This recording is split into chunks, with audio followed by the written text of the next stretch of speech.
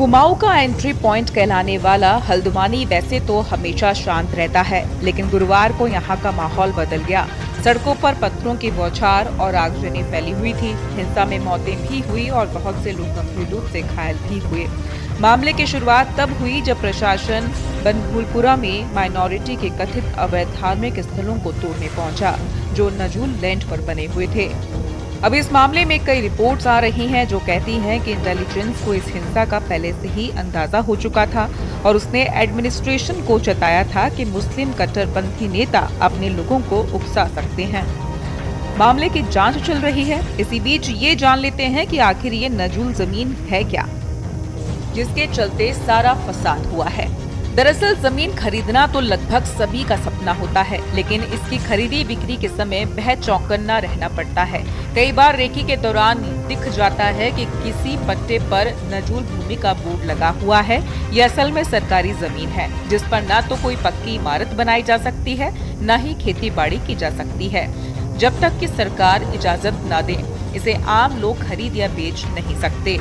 नजूल जमीन की शुरुआत ब्रिटिश काल में हुई। ये भूमि की वो टुकड़े थे जो असल में बागियों के थे और जिन पर अंग्रेजों ने जबरन कब्जा कर लिया।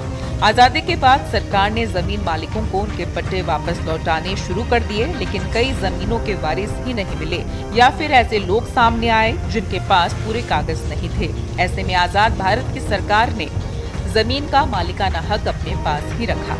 ये जमीन जिस राज्य में आती है उस सरकार की होती है, लेकिन आमतौर पर सरकारें इसे खाली रखने की बजाय एक तय सीमा के लिए लीज पर दे देती है।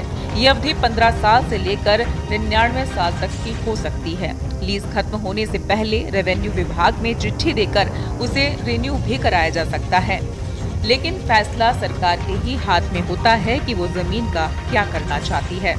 किस काम आती है ये जमीन, चलिए आपको बताते हैं। देश के लगभग हर राज्य में नजूल की जमीनें हैं। वहां का स्थानीय प्रशासन तय करता है कि उस जमीन को किसी और किस लिए लीज पर दिया जाए। ज्यादातर समय प्रशासन का इसका इस्तेमाल स्कूल, अस्पताल या पंचायत भवन बनाने के लिए करता है।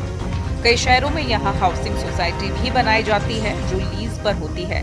इसके लिए लैंड ट्रांसफर रूल्स 1956 काम करता है।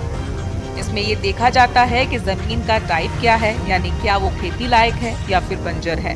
इसके मुताबिक ही उसे लीज पर दिया जाता है। क्या नजूल का मालिकाना हक बदल सकता है? नहीं। जमीन का इस्तेमाल किस काम के लिए हो रहा है ये बदल सकता है। खेती की जमीन आगे चलकर इमारत बनाने के काम आ सकती है। लीज पर किसे दिया जाएगा ये बदल नहीं सकता, लेकिन उसका मालिकाना हक सरकार के पास ही रहेगा।